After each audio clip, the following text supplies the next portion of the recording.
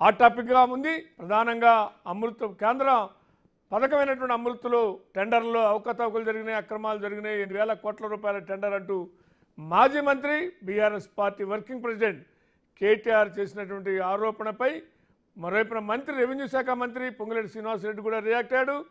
ఆరోపణలు రుజువు చేస్తే నేను మంత్రి పదవికి రాజీనామా చేస్తానంటే, మరోవైపున దేనికైనా సిద్ధం, హైకోర్టు జడ్జి దగ్గరికైనా సివిసి దగ్గరికైనా వెళ్దాం, ఆరోపణలు రుజువు చేస్తా, నేను రాజకీయాలు వదులుకుంటా అంటూ కేటీఆర్.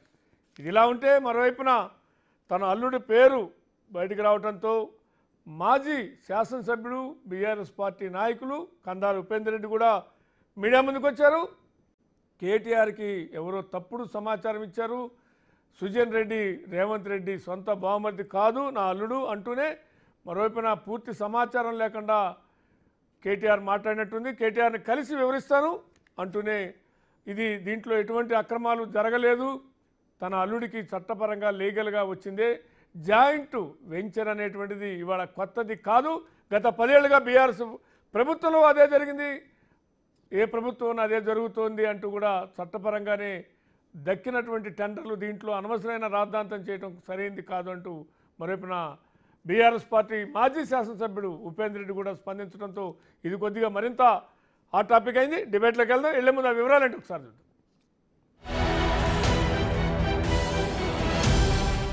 అమృత్ స్కీమ్ టెండర్ల చుట్టూ తెలంగాణలో రాజకీయం వేడెక్కింది.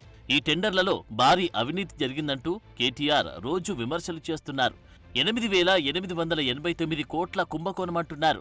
ఫిబ్రవరి మొదటి వారంలోనే స్కామ్ మొదలైందని, అమృత్ టెండర్లలో సీఎం కుటుంబ సభ్యులు భారీ అవినీతికి పాల్పడ్డారని తీవ్రస్థాయిలో ఆరోపణ చేశారు కేటీఆర్. సీఎం బావమర్ది సూదిని సృజన్ రెడ్డి కంపెనీ షోదాకు ఎలాంటి అర్హతలు లేవని, ఐహెచ్పీ కంపెనీ ద్వారా టెండర్ వేయించి రేవంత్ రెడ్డి సృజన్ రెడ్డి అక్రమాలకు తెరలేపారన్నారు.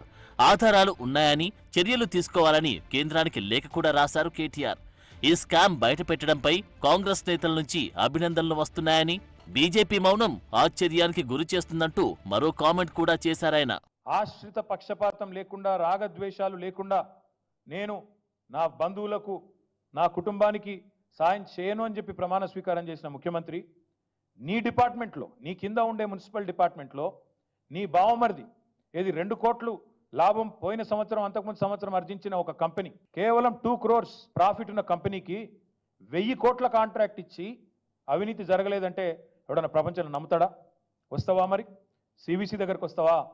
హైకోర్టు సీజే దగ్గరకు వస్తావా? నేను వస్తా.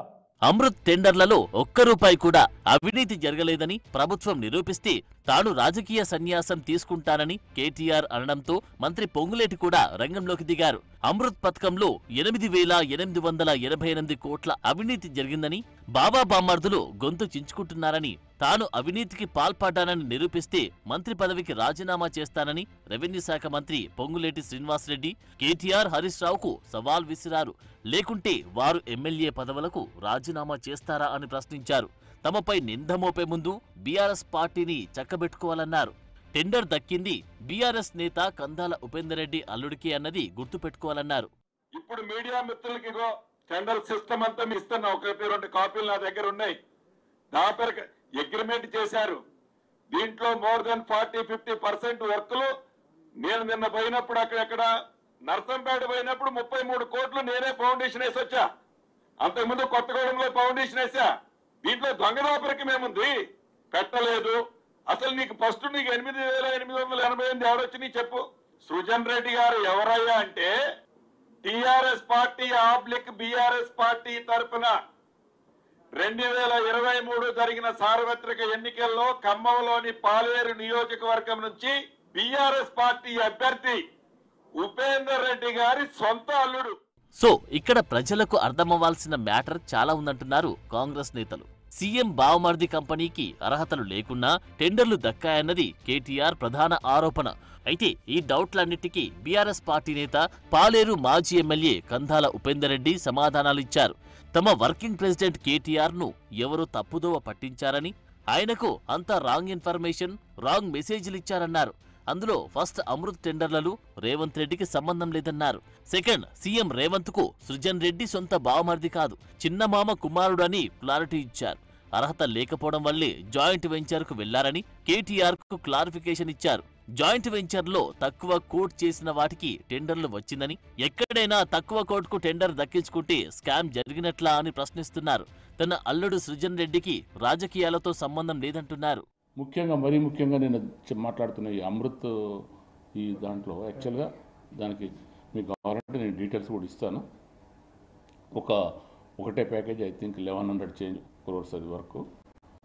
దానిలో ఏఎంఆర్ వాళ్ళది ఒక 51%, మా అల్లుని కంపెనీది షోదాకు 29%, ఐహెచ్పికి 20%.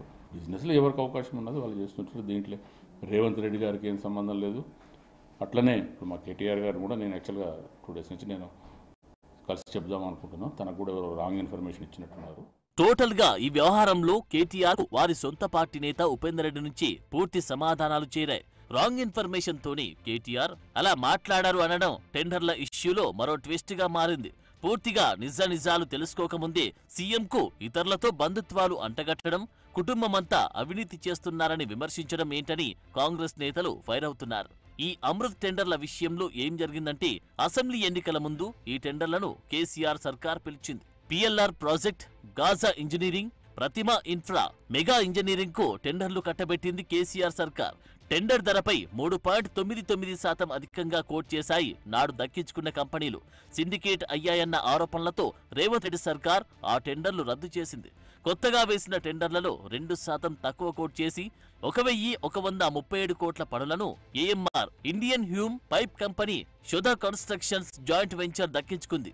అయితే ప్రతిమ సహా తమ కంపెనీలకు కాంట్రాక్టు పోయిందన్న ఫ్రస్ట్రేషనే కేటీఆర్ లో కనిపిస్తుందా అన్న ప్రశ్నలు వినిపిస్తున్నాయి.